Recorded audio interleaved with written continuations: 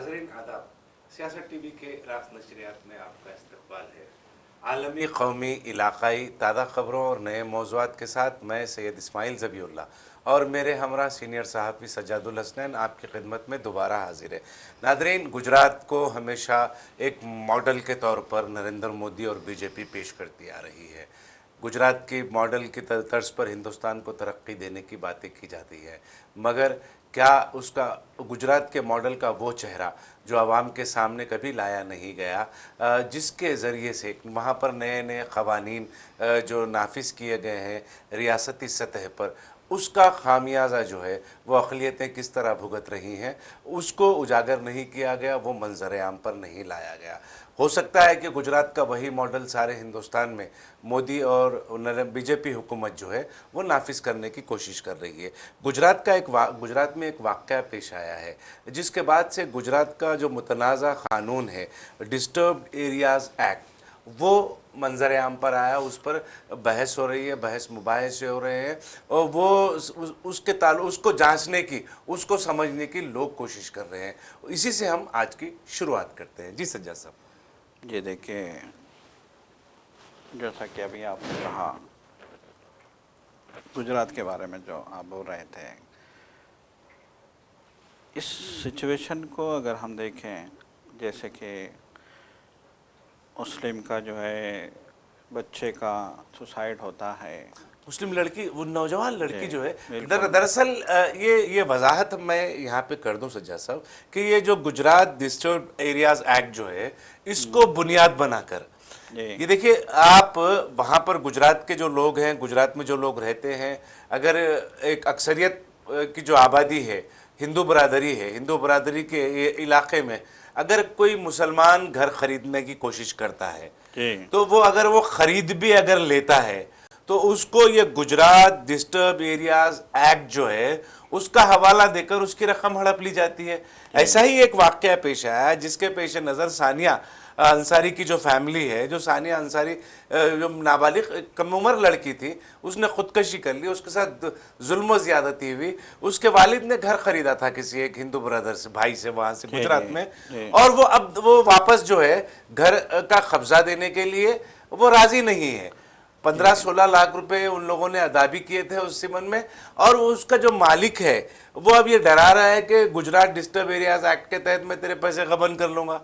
तो इस तरीके का जो है माहौल गुजरात में चल रहा है। देखिए, ये जो हम बात कर रहे हैं, जैसा कि आपने कहा कि ये जो सुसाइड मतलब एक दर्दनाक जो है वाक़या है, यकीनन हरासमेंट की उसने बात की, लेकिन 2002 के फसादात जो हुए थे उसके बाद से ही ये कहानियाँ मुसलसल सुनने में आ रही हैं कि मुसलमान धीरे धीरे जो है अपन मतलब एक जो मुस्लिम बस्तियां वहाँ पे हैं, छोटी मोटी बस्तियां जो घनी जो आबादी होती है, जो है इंतहाई पसमानदा स्लम एरियाज होते हैं, वहाँ पे जाके मुसलमान बस रहे हैं क्योंकि उनको हिंदू बरादरियों के साथ या हिंदू इलाकों में रहने की इजाज़त नहीं दी जा रही है। एक मुनज़्ज़म तरीके से वहाँ पे जो है एक ऐसा माहौल बना दिया गया है कि मुसलमान का जीना हराम कर दो। ये जो वाक़या आज जैसा कि आपने तज़किरा किया, एक मुस्लिम लड़की का ये वाक़या है, इसमें जो है वो ये कहते हुए मतलब एक हिंदू ने उनको घर बेचा था जी, और उस घर में वो लोग आ गए, लेकिन उनको जो है हरासमेंट का जो है सामना रहा, मुसलसल आसपास के लोग उनको हरासा करते रहे। सीधी सी बात है, वो नहीं चाह रहे हैं कि कोई मुसलमान आके यहाँ पे रहे, चाहे वो कितना ही सेक्युलर क्यों ना हो, चाहे वो कितना ही जो है लोगों बाज़ाब्ता घर से निकाला गया, हालांकि पूरे पैसे अदा कर दिए गए थे। पूरे पैसे अदा करने के बाद भी बाज़ाब्ता जो सानिया जो लड़की ने खुदकशी की है, 15 साल 16 साल की लड़की है, उसने जो खुदकशी की है वो जो है उसको बालों से घसीट कर घर के बाहर निकाला गया। बिल्कुल बिल्कुल। देखिए, सेम सिचुएशन आपको याद होगा 2 साल पहले भी सेम इसी नोयत के जो है वाक़या उसी अहमदाबाद में इस तरीके के बेशुमार जो है वाक़यात पेश आते हैं। जी बिल्कुल। आप मुसलमानों को घर खरीदना तो दूर की बात है, बाज़ बस्तियां, बाज़ मोहल्ले, बाज़ इलाके, बाज़ कॉलोनी ऐसे हैं गुजरात में जहां पर मुसलमान को किराए से घर नहीं दिया जाता।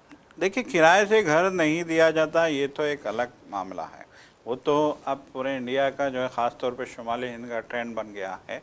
लेकिन अगर कोई घर ख़रीदता है किसी हिंदू बस्ती में, किसी जो है अक्सरियती इलाके में अगर कोई मुसलमान घर ख़रीदता है तो फिर उसको वहाँ पे रहने भी नहीं दिया जा रहा। देखिए, सबसे बड़ा अलमिया ये है। इससे पहले एक स्टोरी आई थी कि ये तो जो है मतलब मुख्तलिफ बड़े बड़े चैनलों ने स्टोरी चलाई थी कि एक मुसलमान का दोस्त हिंदू था, उसने हिंदू के नाम पे प्रॉपर्टी ख़रीदी जी। क्योंकि उसे मालूम था कि मुसलमान को फ्लैट प्रॉपर्टी वहाँ पे जो हिंदू बस्तियों में नहीं दी जा रही है। तो उसने अपने हिंदू दोस्त को आगे करके उसने प्रॉपर्टी वहाँ पे खरीदी, और जब वो मतलब एक हिंदू दोस्त जब उसकी मिल्कियत हो गई, फिर उसने ये प्रॉपर्टी उस मुसलमान दोस्त के नाम पे शिफ्ट कर दी।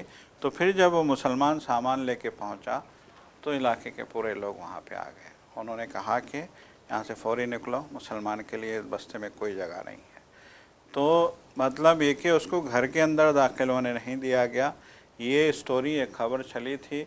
और देखिए, जब इलेक्शन आया था, इससे पहले की बात मैं बोल रहा हूँ, असम्बली इंतखाबात गुज़िश्ता आए थे, तो तब बाज़ाब्ता जो है मुख्तलिफ़ चैनलों ने, वो चैनल, मैं उन चैनलों की बात नहीं कर रहा हूँ जो गोदी मीडिया चलाता है, इन चैनलों की बात कर रहा हूँ जिसमें रवीश कुमार भी खुद जो है बाज़ाब्ता वहाँ पे रिपोर्टिंग के लिए गए थे।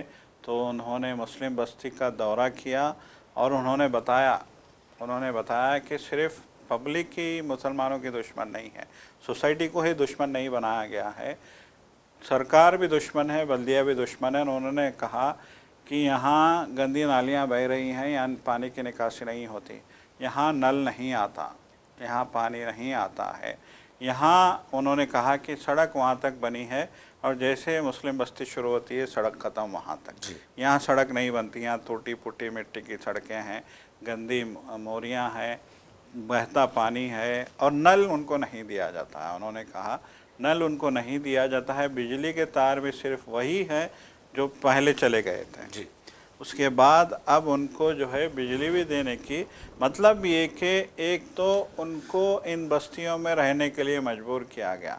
जो अमीर तरीन लोग भी थे 2002 के फसादात के बाद वो शिफ्ट करके मुसलमानों के महलों में आ गए, अब मजबूर हो गए यहाँ आने के लिए। जो आलिशान बंगलों में रहते थे, जो पॉश कॉलोनियों में रहते थे, वो खुद यहाँ आ गए। तो उनसे पूछा भी गया, रवीश कुमार ने उनसे बाज़ाब्ता इंटरव्यू किया था, पूछा था कि आखिर क्या वजह है कि आप जो है यहाँ आ गए। तो उन्होंने कहा कि जान से बढ़ के कुछ चीज़ नहीं है, हमारी जान महफूज नहीं है, इसलिए हमको अपनी जान बचाने के लिए इन बस्तियों में आना पड़ा है। हमको इस बस्ती की गंदगी भी मंजूर है, इस बस्ती की जो है छोटी सड़कें भी मंजूर है, बहुत बुरे हालात भी मंजूर है, लेकिन हम उन महलों में जाके अपनी जान को जोखिम में नहीं डाल सकते। तो यही सिचुएशन आज हम देख रहे हैं। गुजरात फसादात के 23 साल बाद भी आज भी यही सिचुएशन है और ये सूरत हाल कब तक रहेगी कोई नहीं जानता। लेकिन ये जो मामला है यकीनन ये बहुत ही जो है खौफनाक मामला है और इस मामले पे देखिए पूरे कौमी सतह पे इस मसले को उठाने की ज़रूरत है। यकीनन देखिए, गुजरात का एक मॉडल जो है, गुजरात मॉडल आज 2002 के फसादात के बाद से यकीनन नए नए मुतनाज़ा ख़वानीन और नए नए मुतनाज़ा वाक़यात के साथ मंजर आम पर आता रहा है। अब ये वाक़या जो है डिस्टर्ब एरियाज़ एक्ट का फिर दोबारा इसके ऊपर फिर एक तवील, जैसा कि आपने कहा कि एक तवील बहस नागुज़ीर है। और जो ये मसला जो है ये कौमी सतह पर जब उठेगा तभी वहाँ के हालात में कुछ सुधार मुतवक्का है, एक चीज़। दूसरी चीज़ ये है कि वहाँ पर जो लोग रह रहे हैं, ये जो इन जो वाक़यात का शिकार हो रहे हैं, जैसा कि सानिया अंसारी की जो फैमिली है, वो फैमिली, तो ये फैमिली के लिए मुआवजा जो है, इनका जो नुकसान हुआ है वो नुकसान उसकी भरपाई कौन करेगा? बिल्कुल यकीनन। देखिए, अब यहाँ खबर ये आ रही है कि इन्होंने घर ख़रीदा वहाँ पे, एक हिंदू से जो है अपने नेबर से घर लिया और फिर वो वहाँ शिफ्ट हुए तो उनको हरासमेंट का सामना रहा। तो उनका ये कहना है कि हम माली तौर पे भी परेशान हो गए, हम जो है पैसा भी गया, समाजी तौर भी गया, बिल्कुल हम समाजी और तौर फिर पे बच्ची की, जवान बच्ची की जान और चली फिर गई। हमारी बच्ची की मौत भी हो गई। अब वो दिल्ली में रह रहे हैं लेकिन अफसोस की बात है कि जो है किस तरह का जो है उनको वहाँ पे हालात का सामना करना पड़ा। क्या ये एक मुसलमान होने की कीमत अदा करनी पड़ रही है गुजरात में? फिर दूसरी लोगों चीज को ये कि सबसे क्या बड़ा सवाल है। गुजरात में आइन काम नहीं कर ये रहा है? बिल्कुल बिल्कुल, ये भी बहुत बड़ा सवाल है। क्या गुजरात रियासत जो है क्या वो हिंदुस्तान से हटकर है? क्या वहां पर आइन के मुताबिक कवानीन नहीं बनाए जाते? क्या वहां पर आइन के मुताबिक जो है काम नहीं होता? मसावात का जो मसला है, आइन ने जो मसावात के जो पैगाम दिया है, आइन की रूह से जो पैगाम निकला है, आप क्या उसको बिल्कुल फरामोश कर रहे हैं? बिल्कुल यकीनन ये सवाल पैदा होता है और आगे भी ये सवाल पैदा होता रहेगा कि आखिर वजह क्या है, आखिर वजह क्या है, क्या इस मुल्क का आइन जो है काम नहीं कर रहा है? ये सबसे बड़ा सवाल यहाँ पे पैदा होता है। देखिए, ये सवाल तो करना चाहिए, ये जो है अब इनको चाहिए कि ये अदालत का दरवाज़ा खटखटाएं और इस सिलसिले में जो है वो जो सेक्युलर ताकतें हैं या फिर वो जो अपने आप को जो है सेक्युलर कहते हैं, चाहे जो है कोई जमात हो, चाहे कोई तंजीम हो, चाहे कोई एनजीओ हो, सभी में को इस मामले पे आगे आना होगा। और यकीनन जब ये मामला सुप्रीम कोर्ट में जाएगा, जब ये मामला सुप्रीम कोर्ट में जाएगा तो फिर हो सकता है आने वाले दिनों के लिए कोई जो है एक रास्ता निकल आए, वरना तो जो है हमें रोशनी तो गुजरात में अब नज़र नहीं आ रही है। यकीनन अहमदाबाद के गोमतीपुरा का ये वाक़या है जहाँ पर ये डिस्टर्ब एरिया जो एक्ट जो एरियाज़ एक्ट जो है उसका हवाला देकर एक मुस्लिम फैमिली को, एक ख़ानदान को हिरासा और परेशान किया जा रहा था, जिसकी वजह से जो है एक 15 साला मासूम सानिया अंसारी जो है वो उस लड़की ने अपनी जान दे दी है, ख़ुदकशी कर ली है। सजा साहब, उड़ीसा का टीचर का एक वाक़या है। अब देखिए, असातिज़ा जो है मेयार गिरता जा रहा है, तालीम का मेयार बिल्कुल गिरता जा रहा है। इसीलिए शायद हो सकता है कि माशरे में जो ये बदअमनी फैल रही है उसकी वजह यही है, क्योंकि असातिज़ा अगर आप बुर्दबार होते हैं, ज़िम्मेदार होते हैं और मेयारी तौर पर तालीमी सलाहियतें उनके अंदर होती हैं, तो इस तरीक़े के वाक़यात रोनुमा नहीं होते। 30 बच्चों को, उड़ीसा में 30 बच्चों को सिर्फ़ और सिर्फ पैर नहीं छूने पर ज़दकोब किया गया है टीचर की जानिब से। हालांकि टीचर को सस्पेंड कर दिया गया है, लेकिन आप ये देखिए, एक लाहे अमल होता है टीचर्स के, असातिज़ा के तकर्रुर का, वो ये क्या ये तमाम चीज़ों को पहले जांचा नहीं जाना चाहिए? क्या ये देखा नहीं जाना है कि एक टीचर जो है उसकी तालीमी काबिलियत कितनी है, और वो मतलब क्या उसके अंदर ज़ात पात, पैर छूना, ये छूत अछूत, क्या इस तरीक़े का उस पर गलबा है, इस तरीक़े की सोच और जहनीत का? क्या तमाम चीज़ों का जायज़ा लेकर तकर्रुर नहीं करना चाहिए?